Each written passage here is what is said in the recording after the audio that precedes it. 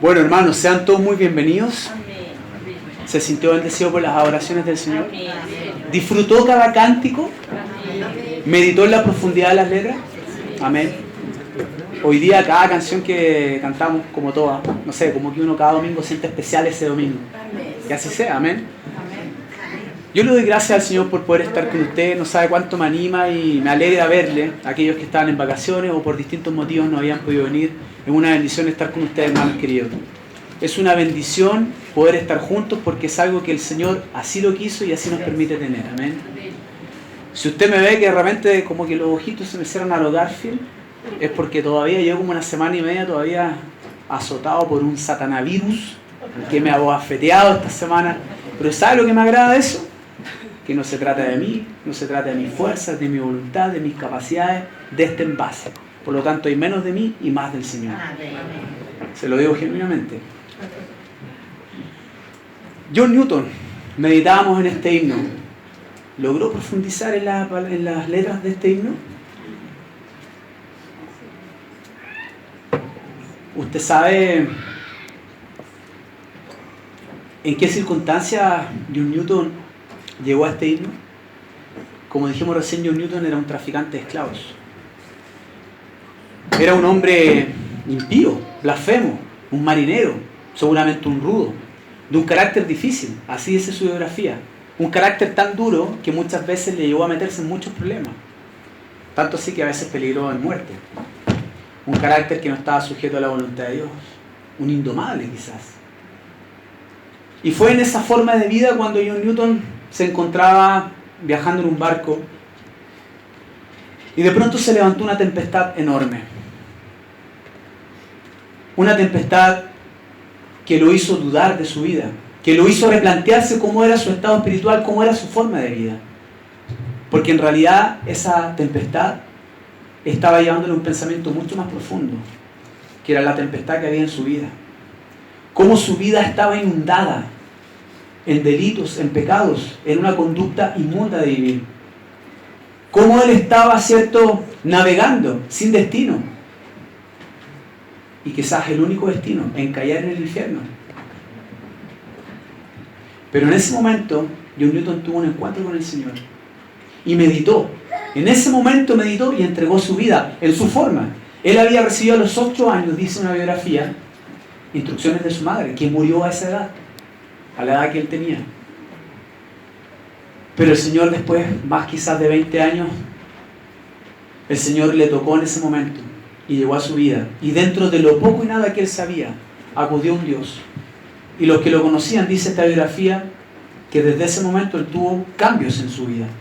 Él empezó a tener inmediatamente diferencias en su forma de actuar.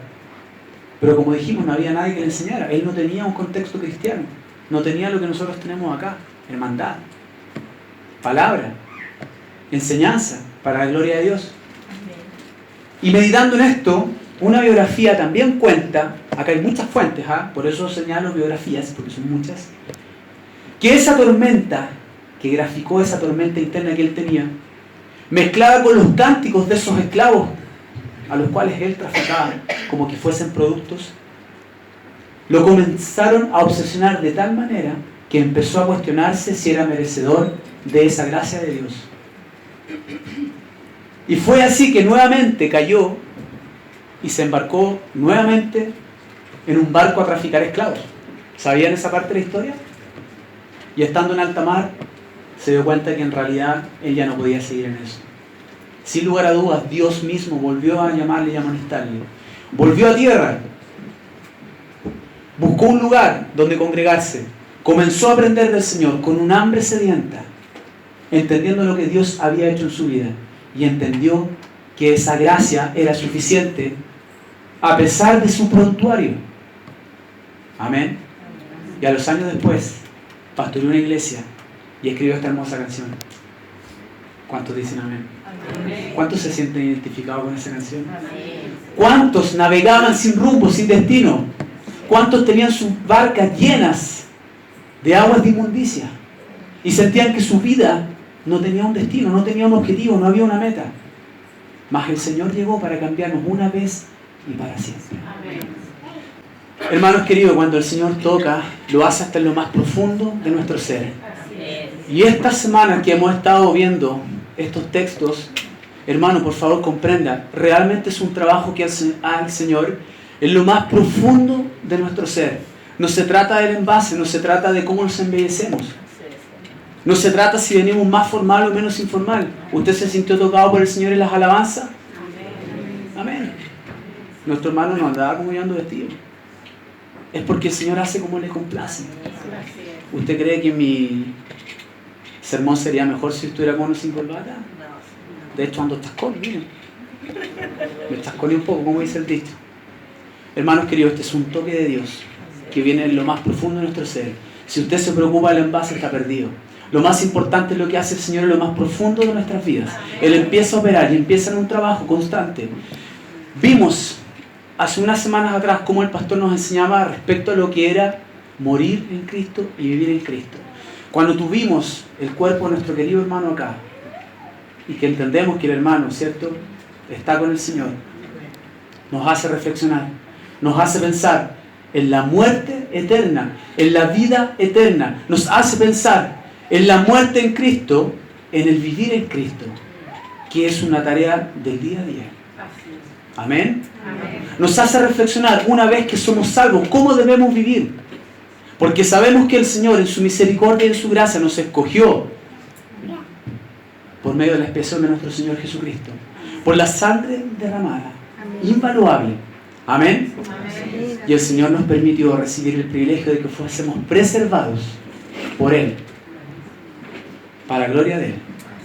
Pero también, cuando nosotros reflexionamos respecto a tan grande bendición, tan grande regalo inmerecido, es inevitable, es imposible que no profundicemos en esto, en nuestra acción de gracias hacia Dios.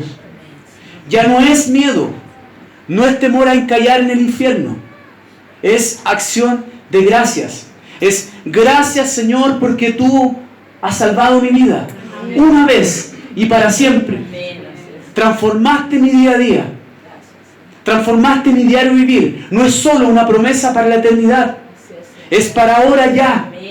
Tener el privilegio y el honor de que Dios mismo esté en lo más profundo de nuestro ser, por medio de su Santo Espíritu, con su palabra. ¿Cuántos lo creen así? Amén. Hermanos, más aún, junto con darle gracias al Señor, tenemos un trabajo. Pero que no sea el trabajo, la responsabilidad, no sea el temor, la motivación, sino que cuando uno realmente entiende lo que el Señor ha hecho por nosotros, hermano querido, ¿cómo no darle gracias al Señor? ¿Cómo no entregarse al Señor? ¿Cómo no querer pasar un día más con Él? Cuando vemos a ese cuerpo de nuestro hermano Carlos Osores, nos hace reflexionar, Señor, ¿qué hubiese sido de mí si yo hubiese estado ahí? Soy salvo, pero ¿qué hice con mi vida? Lo meditamos el jueves en la oración. ¿Qué hice con mi vida? ¿Cuánto más pude haberte dado? ¿Cuánto más pude buscarte? ¿Cuánto tiempo más pude haber pasado en tu presencia? Si en esta tierra es en donde más necesito de ti. ¿Usted sabe lo que dice la palabra respecto a los tiempos futuros? ¿A cuando estemos con el Señor? ¿Lo sabe? Apocalipsis 21, 3, 4 dice, leamos todos juntos. Y oí una gran voz del cielo que decía, he aquí el tabernáculo de Dios con los hombres, y Él morará con ellos, y ellos serán su pueblo, y Dios mismo estará con ellos como su Dios.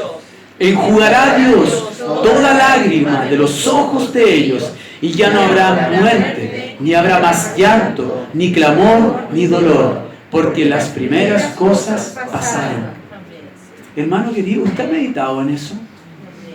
¿Se ha puesto a pensar lo grandioso que se nos viene con el Señor? Es que lo mejor que usted ha vivido en esta tierra con Dios no se compara en lo que viviremos en los tiempos futuros con Él. ¿Se dio cuenta la última parte? Ya no habrá muerte, ni habrá más llanto, ni clamor, ni dolor, porque las primeras cosas pasaron. Hermanos, que automáticamente deberíamos pensar entonces, ¿en dónde más necesito a mi Dios? ¿En dónde? En esta tierra. ¿En dónde más debo darle a mi Dios? No porque usted quiera alcanzar la salvación, porque en la gratitud que usted tiene al comprender lo que Dios ha hecho en su vida, usted va a querer darlo todo a su Señor. ¿Está de acuerdo conmigo? Amén. Le leo este versículo, quería rematar con este, pero creo que es más apropiado entender que todo lo que desarrollamos a lo largo de esta prédica es pensando que eso lo tenemos asegurado con el Señor. Y darnos cuenta que aquí es donde necesitamos más del Señor, en donde necesitamos doblar rodillas ante Él, en donde necesitamos que Él nos dé su toque cada día, en donde necesitamos estar en una comunión íntima con el Señor, en una relación personal con Él. Hoy día vamos a ver dos cosas. En Colosenses 3, 12, 15. Colosenses 3, 12 y 15. Vamos a ver dos cosas. Vamos a leer el texto.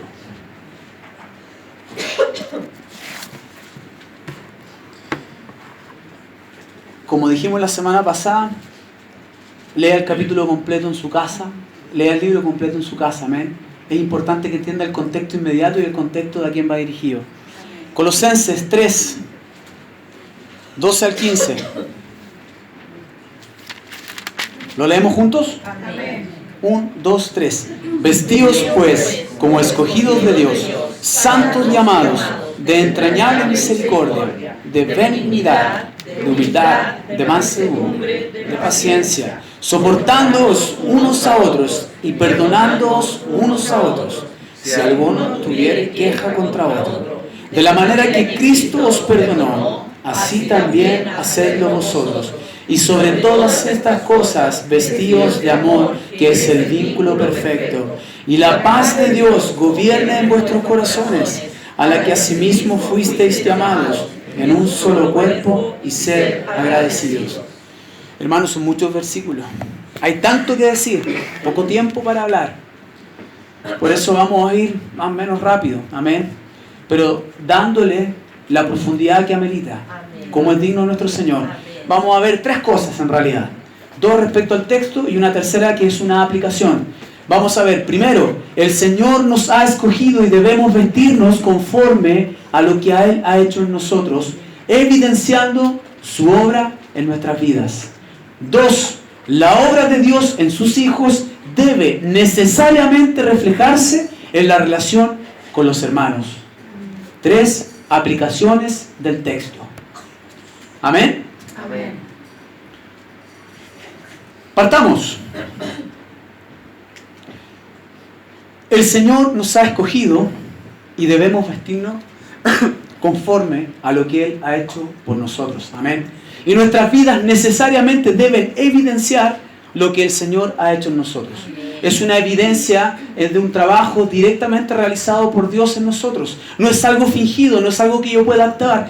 Tarde o temprano se va a ver si realmente usted o yo somos hijos genuinos del Señor. Porque es imposible mantener un rol, un papel, un personaje. Amén. Recordemos verdades fundamentales que dijimos en la predicación anterior. Cuando nos dábamos cuenta, todas esas cosas que el Señor nos llama a erradicar, eliminar, sacar de nuestro interior, nos dábamos cuenta que es imposible. Nos dábamos cuenta que es imposible porque cuando entendemos la santidad del Dios que servimos, como la visión que tuvo Isaías en el capítulo 6, que dijo que vio serafines que decían, santo, santo, santo. Y él se sintió como con labios inmundos, ¿se acuerdan de eso? Y dijo, ay de mí que soy muerto, porque siendo hombre inmundo de labios y habitando en medio del pueblo que tiene labios inmundos, han visto mis ojos al Rey, Jehová de los ejércitos. Isaías 6:5. Tanto así que voló uno de los serafines y llevó un carbón encendido, ¿cierto? Y tocó su boca y le dijo, he aquí que esto tocó tus labios y es quitada tu culpa y limpio tu pecado. ¿Qué es lo que hace nuestro Señor por nosotros? Amén. Cuando entendemos el Dios santo que servimos, hermano querido, lo que usted pueda intentar entender, recibir de lo que es Dios y cómo es Dios en función de lo que es la Escritura y lo que el Espíritu Santo nos revela, no se acerca ni siquiera un poco, decíamos, al Dios todopoderoso que servimos, porque somos seres limitados. Estamos en un envase limitado. ¿Amén? ¿Estamos de acuerdo con eso? ¿Cierto? Partamos de esa base. Después dijimos, el alto nivel de exigencia, el altísimo nivel de exigencia que Dios le impone a la humanidad para poder calificar y entrar en Él, nos damos cuenta que es imposible lograrlo. Y es por eso que necesitábamos a un Redentor, amén. Necesitamos al Salvador, al Rey Jesús. Porque el mismo Señor Jesucristo dijo que Él no vino para abrogar la ley, sino que para cumplirla. ¿Y cómo la cumplió? En perfección.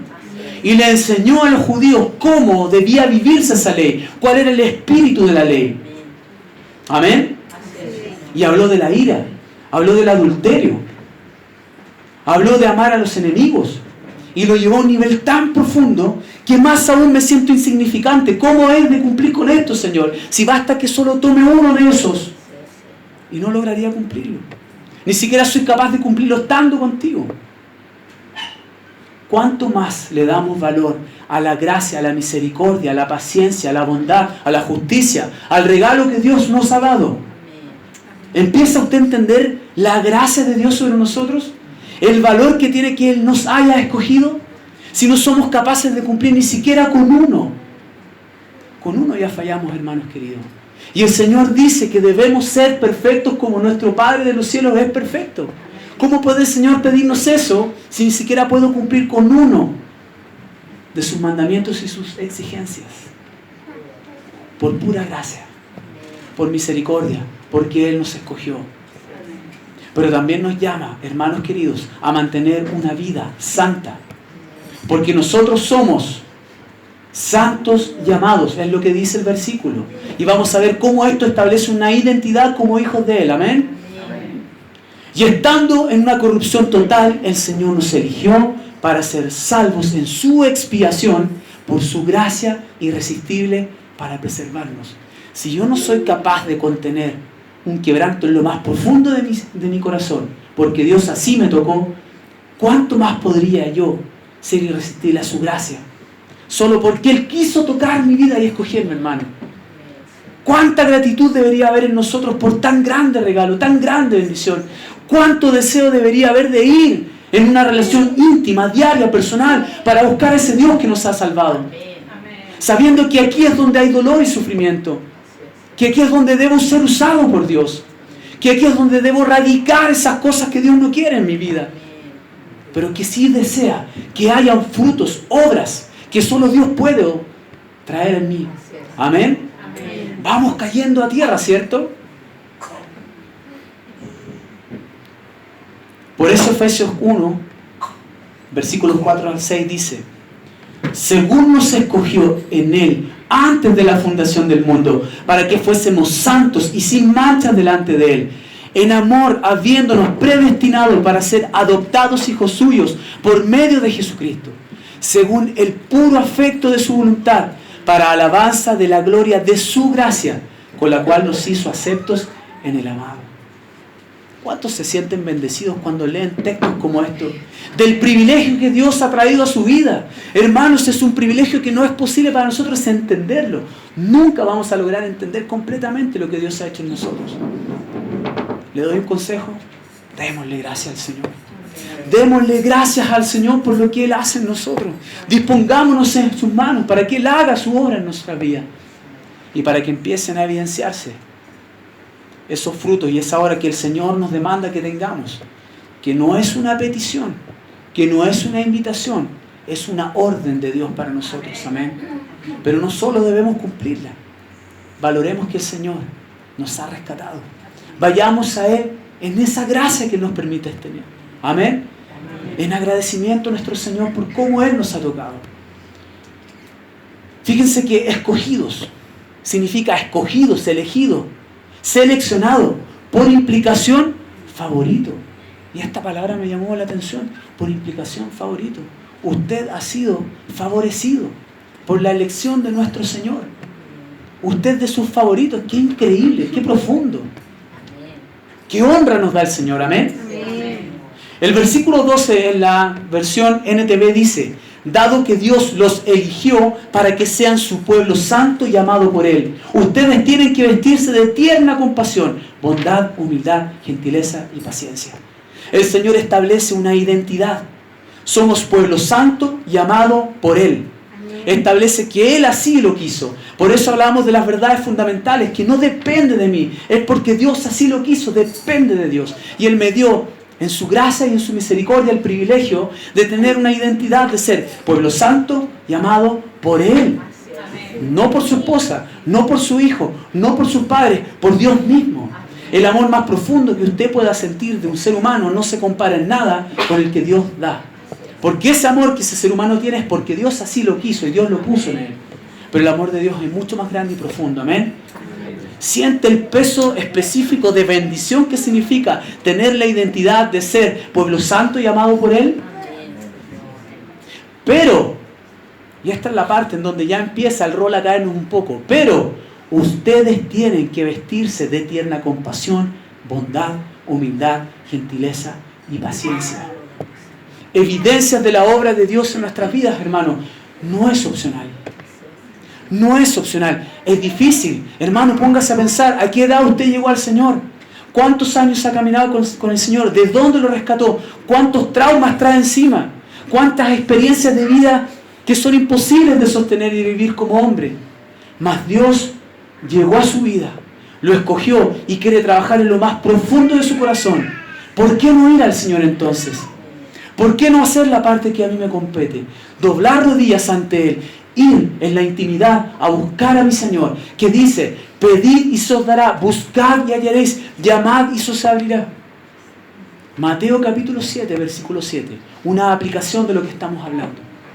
Acuérdese de eso porque vamos a finalizar con ese mismo texto. Entonces el Señor nos dice el para qué y el cómo cuando establece que somos pueblos santos llamados por Él.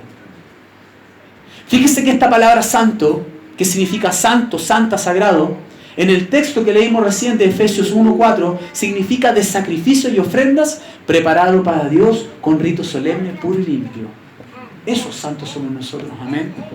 Como que nuestras vidas son un sacrificio, una ofrenda, le entregamos todo al Señor porque ya no se trata de mí, se trata de Dios. Y ya no vivo para mí, vivo para Él y le entrego todo a Él, aunque tenga una rutina, un día a día. Pero Él es la base de mi vida. En Él se arma toda mi vida para poder vivir conforme a su voluntad y que el Señor ordene mi vida, que el Señor establezca las cosas que Él desea en mí, entendiendo siempre que los negocios del Padre me es preciso estar. ¿Cuántos dicen amén a eso? Amén. Y que no estamos trabajando para el hombre, no estamos para acumular riquezas terrenales, sino que riquezas espirituales. Y recuerde, allá no habrá dolor, no habrá sufrimiento, no habrá muerte. Él va a consolarnos. ¡Qué bendición más grande! Pero aquí necesito su consolación. La necesito ahora, la necesito ya. ¿Cómo acceder a esa bendición? Si no es yendo a su presencia. Si Él ya nos dio la salvación y la vida eterna, por el puro afecto de su voluntad, porque dependía de Él. ¿Cómo no es de ir a buscar a mi Señor, al que me lo dio todo? Dio a su Hijo amado, derramó su sangre invaluable para que obtuviésemos el privilegio de la salvación y la vida eterna. ¿Cómo Dios no va a querer darnos también todas las cosas, dice su palabra? ¿Cómo Dios no va a querer trabajar en mi vida si Él me eligió? Hermano, qué bendición más grande que Dios quiera trabajar en mí. ¿Usted quiere que Dios trabaje en su vida? No hay claves. Decíamos la semana pasada, no hay polvos mágicos, no hay recetas escondidas. Pídele al Señor, busque al Señor, llamemos a su puerta, tengamos tiempos con Dios, genuinos. Va a haber momentos en que usted no va a querer, porque la carne se levanta y un viejo hombre, por eso Pablo lo dice, como un verbo de constancia, constantemente debo erradicar de mi vida, constantemente debo vestirme del nuevo hombre, porque ese viejo hombre se sale de nosotros y tenemos una batalla cuerpo a cuerpo para poder mantenernos en la voluntad del Señor, en la gracia, en la misericordia, en la preservación que Él nos ha dado. Amén.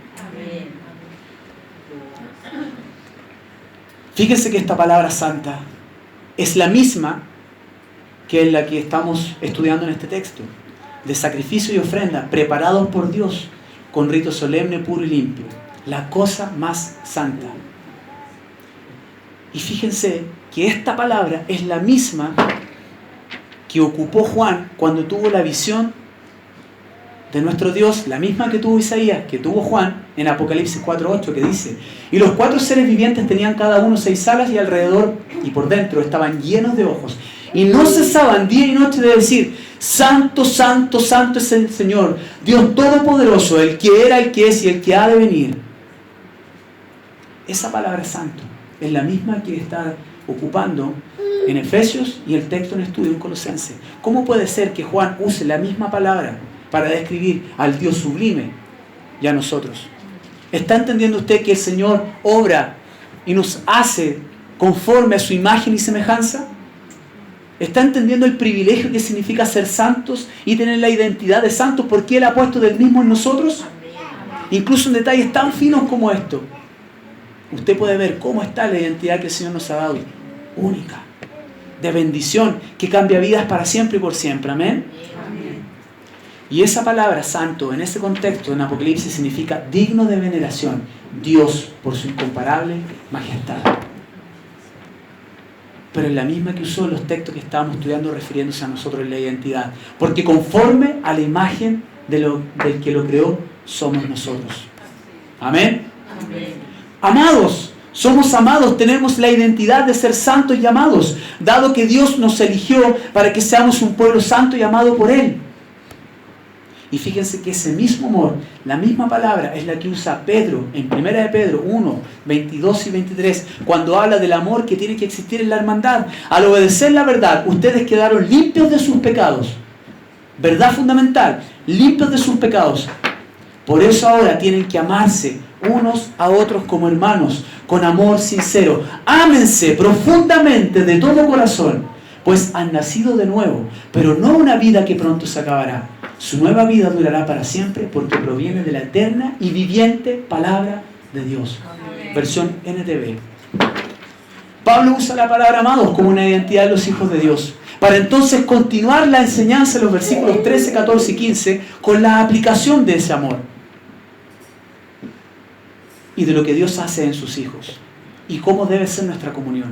Si no entendemos las bases, las verdades fundamentales que Dios tiene, con las cuales hemos sido bendecidos tan grandemente, no podemos entender entonces cómo esa identidad que Dios nos da, cómo la podemos aplicar en nuestras propias vidas individualmente, cómo deben crecer esas obras y frutos que solo Dios puede hacer en nosotros, y cómo amarnos genuinamente como Dios nos ordena, como Él nos amó a nosotros. Amén.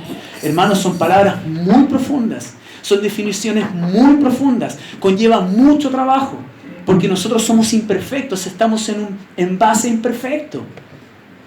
Y eso va a ser así de aquí a que partamos con nuestro Señor. Nuestro hermano Carlos ya no tiene eso, porque él está disfrutando de la presencia de nuestro Dios. Por eso decíamos, vuelvo a decir, pidamos, busquemos, llamemos, porque recibiremos, hallaremos y el Señor nos abrirá. Hermano, qué bendición más grande, la invitación, pero de invitación pasa a ser imperativo.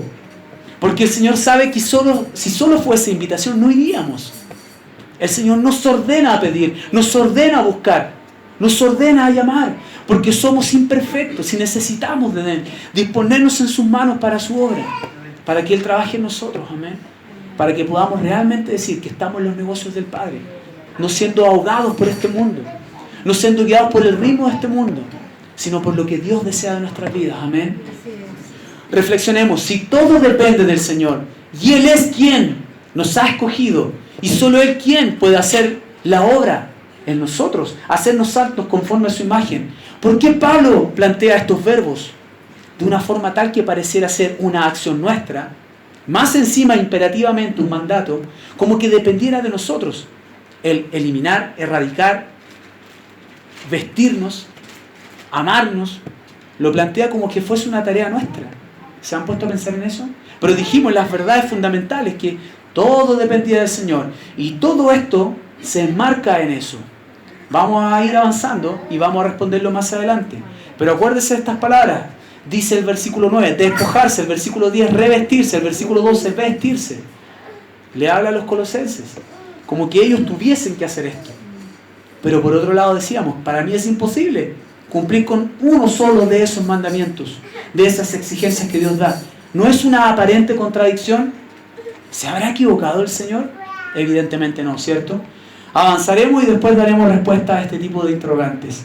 Cuando empezamos a introducirnos en cada una de esas evidencias que debemos tener como hijos de Dios, que vienen acompañados con esa nueva vestimenta, encontramos palabras como entrañable misericordia, Entrañable. ¿Qué significa entrañable? De las entrañas, de las partes más internas, corazón, hígado, pulmones, las emociones. Misericordia, compasión, lástima. Si tomamos ambas, entrañable y misericordia, nos vamos a dar cuenta que Dios nos habla de compasión, piedad, misericordia, que viene desde los intestinos, desde lo más profundo de nuestro interior, en donde reside la compasión, un corazón de compasión, en donde están las emociones y anhelos. Cuando vemos un poco las definiciones de las palabras originales, entendemos más aún cuán profundo, cuán grandes son las definiciones que Dios nos quiere dar para que entendamos lo que Él también nos llama. Vuelvo a preguntar, ¿cómo hemos de desarrollar esto? Si no es yendo al Señor, si no es buscando al Señor, si no es pidiéndole que nos ayude. Amén. Bondad. Bondad útil se refiere a satisfacer necesidades reales a la manera de Dios en su tiempo. Por lo tanto, aparece como un fruto del Espíritu, porque es imposible que lo logremos hacer por nosotros mismos. Humildad, un profundo sentido de la pequeñez moral. Virtud de adentro hacia afuera, producido al compararnos con el Señor y no con los demás. Él es nuestro ejemplo, Él es nuestra meta. Para evitar que uno se exalte a sí mismo y vivir en completa dependencia del Señor, es decir, sin depender de nosotros mismos. Mansedumbre, suavidad de disposición, gentileza de espíritu. Mansedumbre comienza con la inspiración del Señor y termina con su dirección y poder. Es una virtud divinamente equilibrada que solo puede operar a través de la fe. Todas estas cosas que yo les digo son conclusiones a las que llegan aquellos que han estudiado las palabras originales, las cuales fueron escritas las Escrituras, y llegan a conclusiones de este tipo en función de las definiciones. ¿Se da cuenta lo profundo que son cada una de estas palabras? Ya con la primera uno queda medio golpeado. Imagínense todo lo que el Señor nos llama como un listado, que como dijimos la semana pasada, no es exhaustivo ni excluyente. Son algunas de las cosas que deberían estar presentes los siervos del Señor.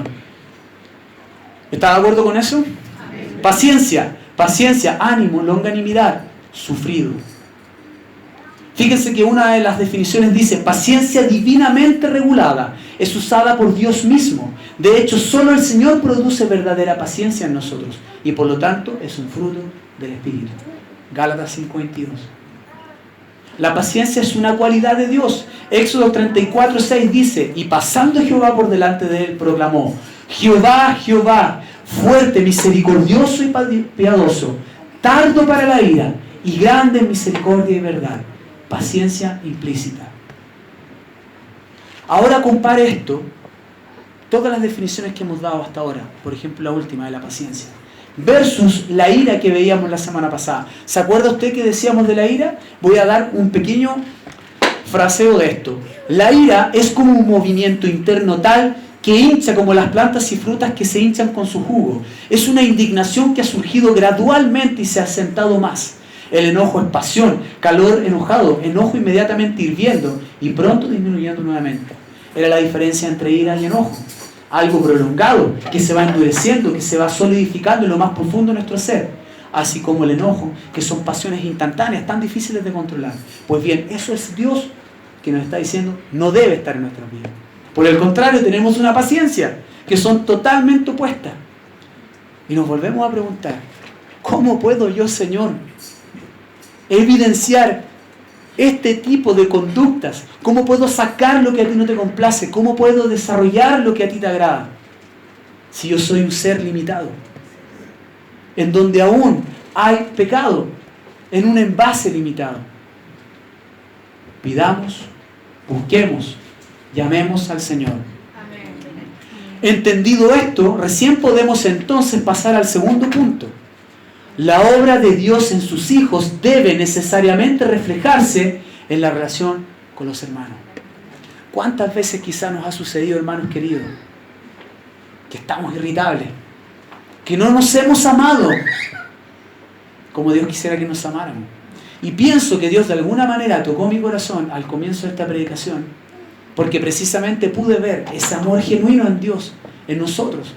Con mis hermanos, estando acá, presentes, ayudando, sosteniendo desde las cosas más materiales como mover una silla, hasta las cosas más espirituales, orando por personas. Oramos por personas ese día. Hay gente que fue tocada por lo que vivieron acá, para la gloria del Señor. Porque no somos nosotros, es Dios obrando. Nosotros somos solo herramientas para la obra del Señor. La pregunta es, nosotros como herramientas, como siervos del Señor, ¿estamos yendo a Él para permitirnos disponer en sus manos? Ser usados por Él, cambiados por Él, sabiendo que estamos en un cuerpo imperfecto, en donde aún mora el pecado. Esa es la pregunta. Esa es la pregunta que debemos responder y que debemos tratar de atacar dentro de las verdades fundamentales que el Señor nos permite tener. Salvación, vida eterna y merecida, solo porque a Él le plació hacerlo así. Entonces vemos que parte de esta relación que tiene que existir entre los hermanos, parte de cómo debe ser nuestra comunión, Pablo dice soportándonos unos a otros. Oye, hermanos, esto pareciera ser sencillo, no es fácil. Si cada uno tiene sus problemas, cada uno tiene necesidades, cada uno tiene desafíos, cada uno tiene turbulencias en su vida. Usted tiene problemas con los seres que más aman esta tierra. ¿Cuánto más cree que va a tener con aquellos que no los ve siempre, en donde todavía no ha generado una relación? Es evidente que está altamente expuesto a no lograr soportarse unos con otros. Y lo más increíble, usted no lo puede fingir, no puede poner cara. No es así. Esto debe ser una obra genuina del Señor. ¿Y cómo va a ser una obra genuina del Señor si no pido, si no busco, si no llamo, si no voy delante de aquel que me lo dio todo al darme la salvación y la vida eterna?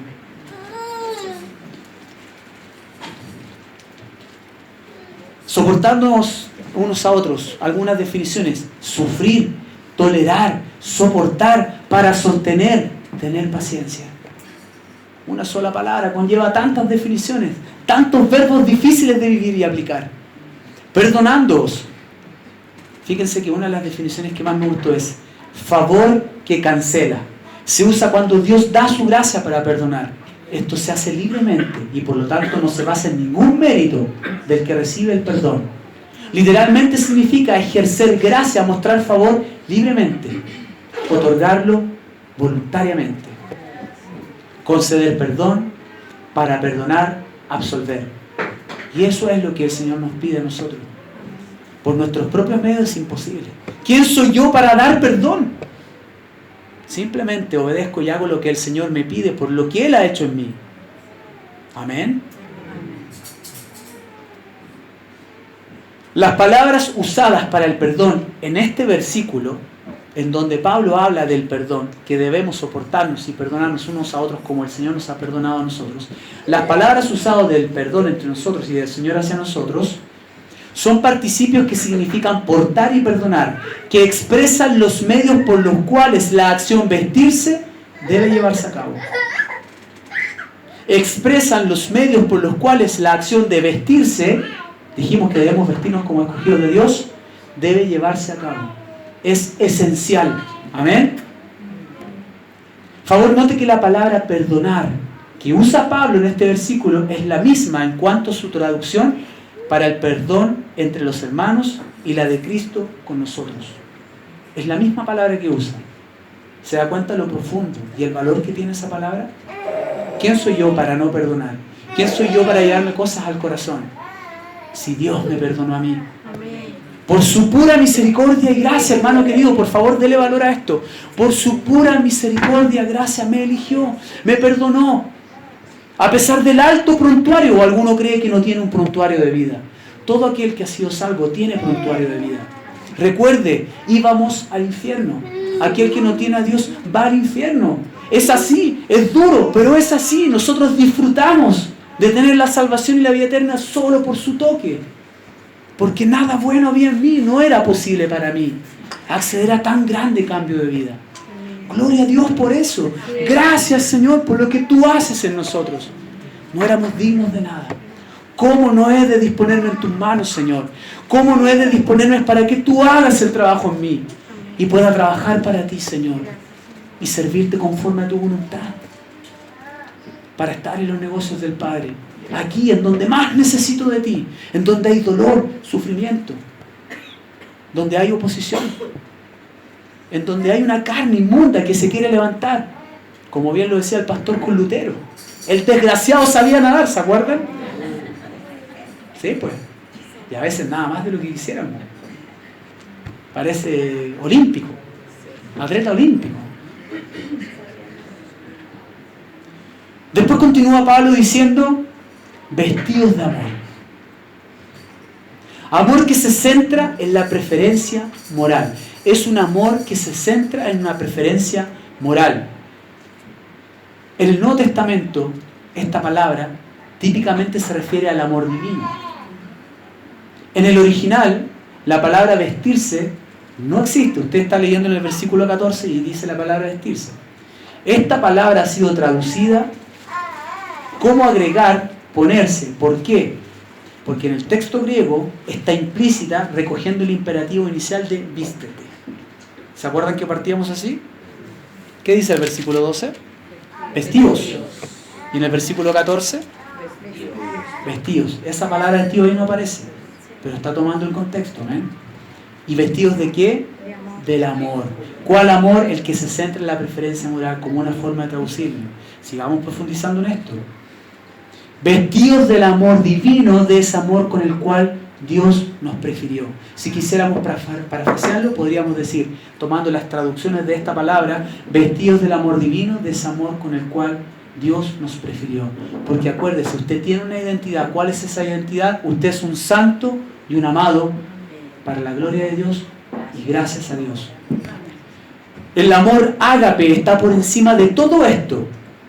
¿De qué cosas? De los amores que el ser humano puede dar. Esto no es un amor humano, no es el amor que decíamos recién. Yo amo a mi esposa, amo a mis hijos, me aman. Este amor es mucho más grande que eso. Está por sobre eso, porque es un amor que Dios hace, que Dios pone en nosotros. ¿Amén? Es un amor de principio que conquista nuestra voluntad y nos mueve deliberadamente a buscar el bien de otros, sea que nos agraden o que no nos agraden. Y me acuerdo de la enseñanza del Señor Jesucristo en el Sermón del Monte respecto al amor a los enemigos. ¿Se acuerdan? Mateo capítulo 5.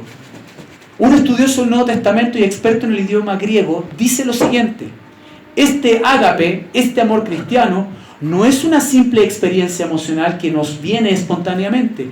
Es un principio deliberado de la mente, una conquista deliberada, una proeza de la voluntad. Es la facultad de amar lo que no es amable, de amar a la gente que no nos gusta. El cristianismo demanda que tengamos en todo tiempo una cierta actitud mental y una cierta inclinación benevolente hacia los demás sin importarnos su condición. Me pregunto, ¿cómo? ¿Cómo es posible llegar a amar como el Señor nos llama? Si yo amo a mis seres cercanos, amados, mi esposa, mis hijos, mis padres, y me doy cuenta que este amor es mucho más profundo que ese, que está por sobre ese amor, ¿cómo lo puedo lograr? Si un ser humano es el único amor que conoce. Y porque aún así, Dios así lo quiso, Dios lo puso ahí. Pero Dios nos llama a un amor mucho más grande. Es el amor ágape el que está escrito acá. Vínculo. Vínculo, coyuntura, prisión, lo que nos une a todos. Fíjense que existe otra definición que dice, es un enlace de los ligamentos por los cuales los miembros del cuerpo humano están unidos. Y más específicamente, en el que todas las virtudes están unidas en el resultado, es la perfección, y para la perfección, y ninguna de ellas carece de esa perfección. Llama la atención este tipo de definiciones. Prisión. Un vínculo tan profundo que casi que somos prisioneros de este vínculo. Si quisiéramos parafrasear, podríamos decir, debemos estar tan unidos al ser parte del cuerpo de Cristo como en una prisión, sin opción alguna de escapar y salir de esta unión, con la bendita identidad que Dios nos ha dado de poder ser parte de este cuerpo, pues somos sus santos llamados. ¿Está de acuerdo con eso? Ese es el tan profundo vínculo del tan profundo amor que el Señor nos exige. No es opcional, no es una invitación, es un imperativo, un mandato, una orden. Vaya desafío que nos pone el Señor. Nuevamente, ¿cómo, Señor? Si cuando me miro a mí mismo veo tanta imperfección, me escudriño hacia mi interior y veo tanta imperfección, hay tantos pensamientos y emociones que son más rápidos que la luz. ¿Cómo controlarlos, sujetarlos a tu voluntad? Pida, busque, llame, porque aquel que nos dio a su Hijo amado para salvarnos no nos dará juntamente con Él todas las cosas. ¿No nos va a sostener Él en esta tierra? Perfecto. Perfección, lo completo. Finalización, consumación en su sentido acumulativo. Es decir, construido sobre lo que tiene que preceder y también apoya la etapa que se debe venir a continuación. En el texto significa absolutamente, totalmente, completamente, perfección moral y espiritual.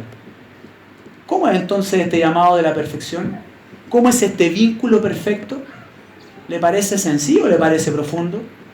Y cuando meditamos en lo que dijo el Señor y que decíamos recién en Mateo 5:48, sed pues vosotros perfectos, como vuestro Padre que está en los cielos es perfecto. ¿Es sencilla la tarea?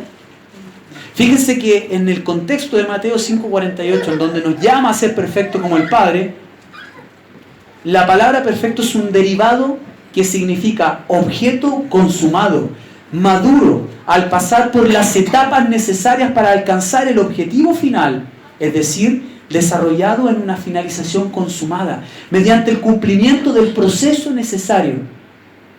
Viaje espiritual. Proceso acumulativo. Pregunto nuevamente, ¿cómo podemos lograr esto? Aquí hay parte de la explicación. Es un proceso acumulativo. Para eso, nuevamente, debo pedir, llamar, buscar al Señor para que Él obre en este cuerpo imperfecto.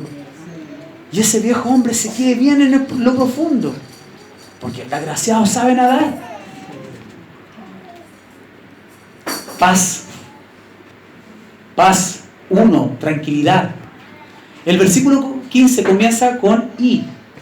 Y también, entonces, incluso, ¿qué debe gobernar? La paz. La paz que Él nos ha dado al ser salvos por la eternidad. Esa paz que nos da el Señor de que no dependía de mí, que en su gracia y misericordia ya no tengo que estar preocupado por un lago de fuego, sino que de servir a mi Señor como a Él le complace. ¿Cuánta paz trae al corazón del hombre aquellos que han conocido al Señor? De cómo Dios transforma la vida de los hombres, amén. Hermano, piensa en su propia vida, cómo era usted antes del Señor y después del Señor. Esa es la paz que Dios es capaz de traer. En esa paz debemos estar sujetos. Esa paz debe gobernar en nosotros. Porque entonces tenemos un factor común. Porque entonces vamos a poder estar vinculados, prisioneros unos con otros, gratamente prisioneros. Ocupo esa palabra porque era parte de la definición. En el corazón. ¿A dónde? ¿Dónde opera el Señor? En el corazón. Fíjense que esa palabra en es explicada como en la condición en la que algo opera desde dentro. Claro, si el Señor opera en lo más profundo de nuestro interior, para que se evidencie en nuestro exterior la obra de Él. Es el centro y asiento de la vida espiritual, el alma o la mente, ya que es la fuente y el asiento de los pensamientos, pasiones, deseos, apetitos, afectos, propósitos, esfuerzos.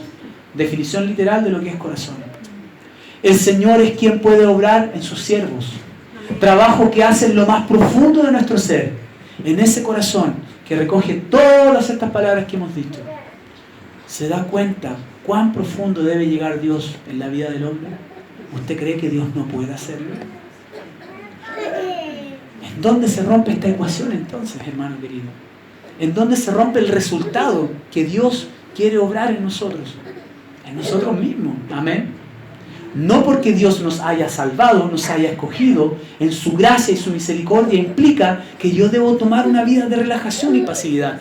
Muy por el contrario, cuando le damos el valor de lo que Dios ha hecho en nosotros, como un Newton que escribió tremendo himno, entonces nosotros necesariamente deseamos agradar a Dios, necesariamente queremos estar en su presencia, necesariamente me doy cuenta que necesito al Señor. que sin Él no soy nada. Y voy a su presencia agradecido por permitirme tener el más alto honor, estar frente a Dios mismo en la intimidad. ¿O usted cree que hay que verlo para estar delante de su presencia? ¿Usted cree que Dios es real? ¿Que Dios está presente con esos atributos increíbles, únicos, asombrosos, de perfección? Ese Dios el que nos abre sus puertas y que nos dice: pídeme, búscame, llámame, porque te daré, me hallarás, te abriré mi puerta. Hermanos, que yo encuentro que es tremendo ese versículo tan corto, tanta profundidad que hay. ¿Cómo no hemos de ir a lo que el Señor nos da, a lo que Él nos ofrece, hermano? Fuimos llamados para ser parte de este cuerpo. La palabra cuerpo se utiliza de un número, grande o pequeño, de hombres estrechamente unidos en una sociedad o familia, por así decirlo. Un cuerpo social, ético y místico. Definición: en el caso nuestro, la iglesia. Nosotros somos el cuerpo de Cristo. ¿A qué son llamados en un solo cuerpo los creyentes? El versículo 15 dice, en la versión NTV: y que la paz que viene de Cristo gobierne sus corazones, pues como miembros de un mismo cuerpo, ustedes son llamados a vivir en paz. Así está escrito. ¿A qué somos llamados? A vivir en paz. Hermano, esto es tremendo. ¿Por qué? Si usted se fija, el mundo, una de las cosas que más le critica a la iglesia, ¿cuál es? Que estamos divididos. ¿Lo ha escuchado usted alguna vez? Hermanos, estamos divididos. ¿Por qué estamos divididos si tenemos la misma palabra, el mismo Señor, el mismo Espíritu Santo? ¿No será que ese viejo hombre ha ido filtrando la palabra genuina, verdadera, no ha ido encegueciendo la visión que Dios tenía para nosotros? Dios nos libre de eso, hermanos queridos. Esta hermosa iglesia es por la obra del Señor. Cuidémosla. Cuidemos nuestras palabras, cuidemos nuestro trato. Aunque usted venga mañoso, somos mañosos. No se trata de eso, se trata de Dios mismo obrando en nosotros. Amén. Y finalmente, ser agradecidos.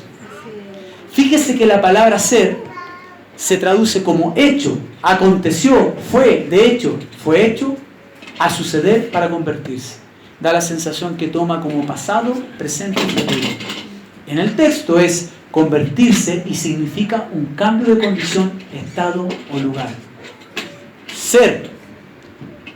¿Y por qué Pablo finaliza con estas palabras? Ser, entendiendo lo que es ser, agradecidos. ¿Por qué habrá finalizado esta porción del texto con esa palabra? Yo me pregunto, ¿cómo no estar alegres entendiendo tan grandes verdades fundamentales implícitas en estos textos y establecidas explícitamente como ser escogido de Dios, como ser amado de Dios? ¿Cómo no estar gozosos de que el Señor nos haya escogido, dado una identidad en Él? Un nuevo hombre, nuevas vestimentas, un presente y un futuro junto a Él. Teniendo la oportunidad de que en esta tierra, cada vez más íntimamente relacionado con Él, podamos disponernos en sus manos para su obra.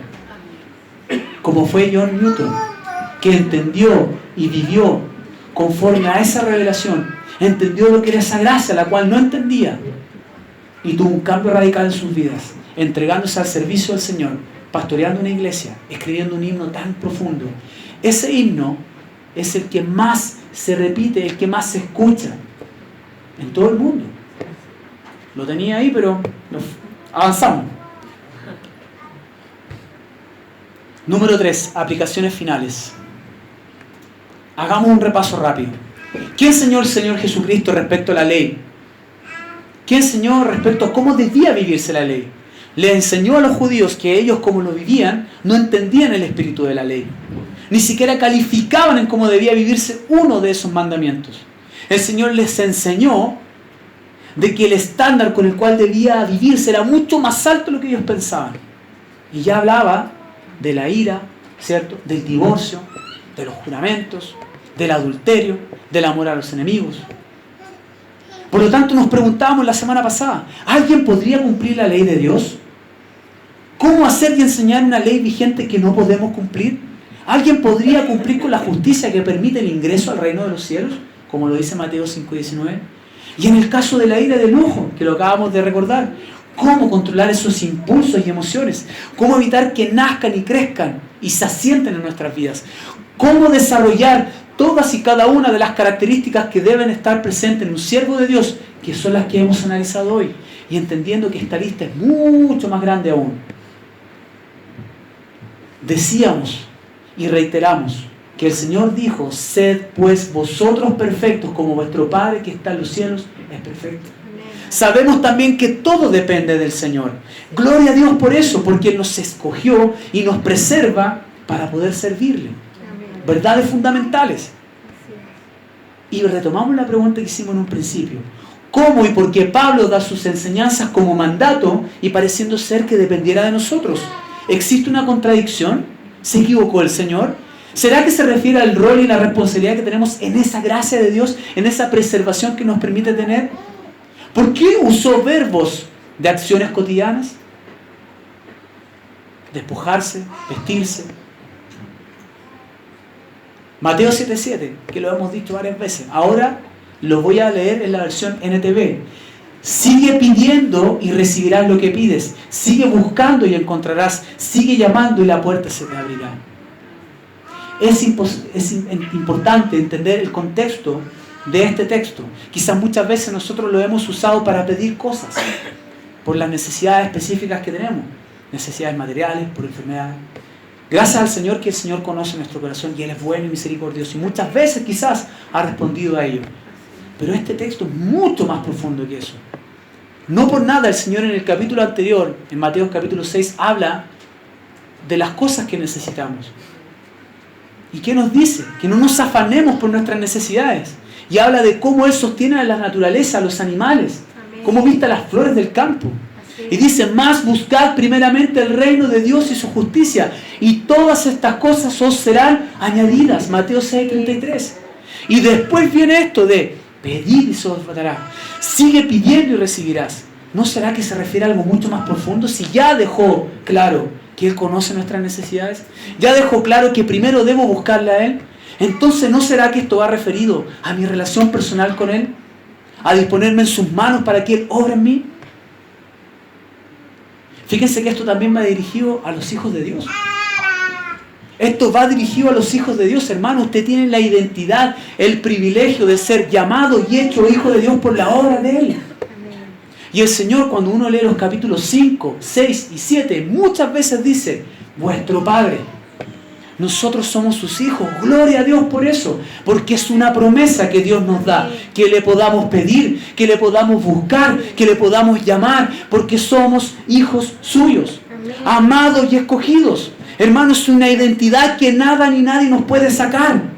¿Cuántos dicen amén a eso? Amén. ¿Le da peso, le da valor a lo que Dios hace en nuestras vidas? Gracias, Señor, por esa identidad bendita. Amén. Y nos da el privilegio de esta promesa. Entonces, hermanos queridos, ¿está decepcionado quizás porque Mateo 7:7 era más para pedir cosas? Hermano, tenemos algo mucho más grande, mucho más profundo, una bendición mucho más enormemente de bendición. El poder ir a nuestro Señor libre, confiadamente, porque Él nos abre las puertas de su presencia. En donde sea que estemos, en la intimidad de nuestro hogar, es solo Dios y usted. Solo Dios y usted. Esto es parte de la bendición. Pero lo más importante, Él opera en el corazón del hombre. Él opera en la intimidad. Él opera en la relación personal. Y Él nos dice, nos invita, nos manda a pedirle, a buscarle, a llamarle. Porque su promesa es que recibiremos, que le hallaremos, que nos abrirá la puerta de su presencia. Y Él hará la obra en nosotros. Amén.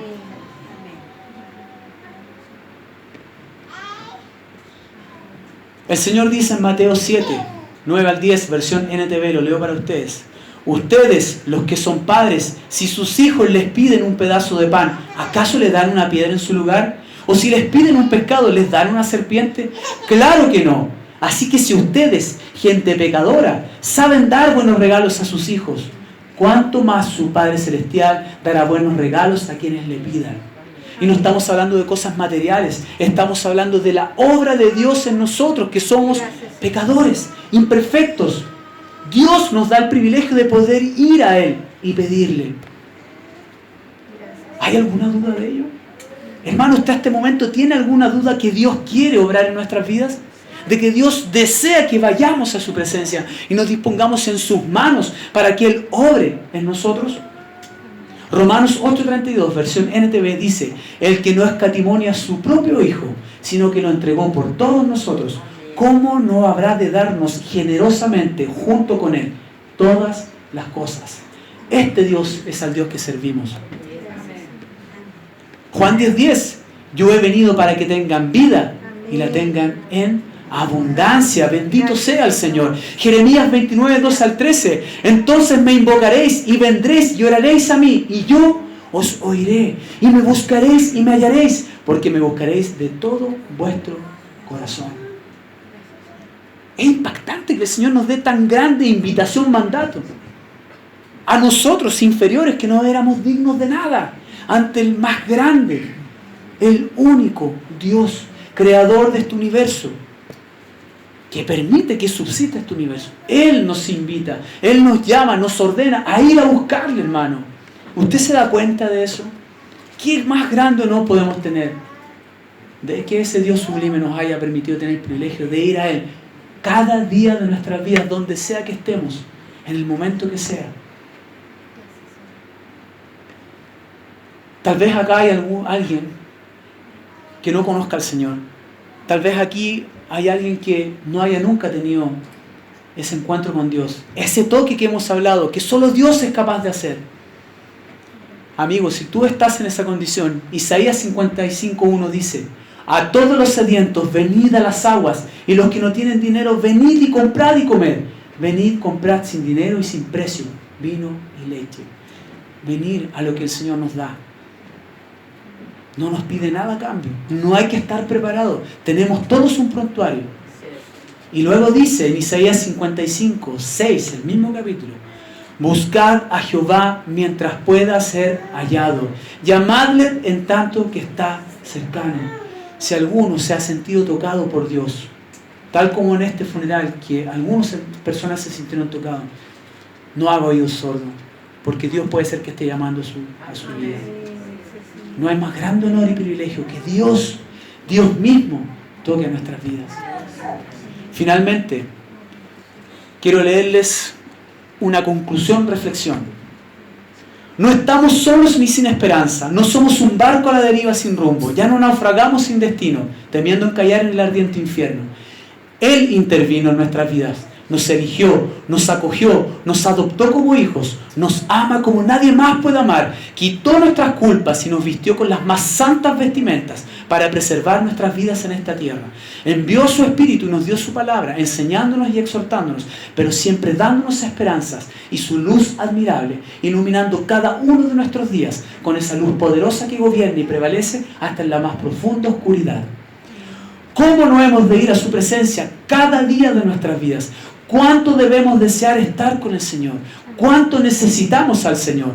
Somos pecadores, débiles y frágiles, pero con libre acceso al Padre por la sangre invaluable derramada de su Hijo Jesucristo, nuestro héroe, nuestro Salvador.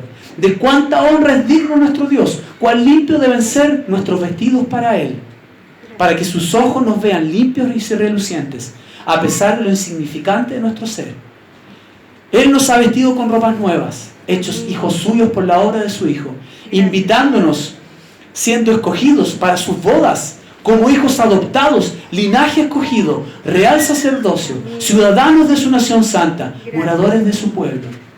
¿Cómo no acercarnos a Él? Pedirle que nos limpie del pecado remanente, buscarle incansablemente para estar con Él en tierra, llamarle para entrar en su presencia, tener el más alto honor que nos da cada vez más de Él, disponiéndonos en sus manos para que trabajen estos barros hasta el día en que al fin podamos verle y estar junto a Él, cara a cara, contemplando su gloria y majestad por toda la eternidad. A Él sea la gloria y la honra. Amén.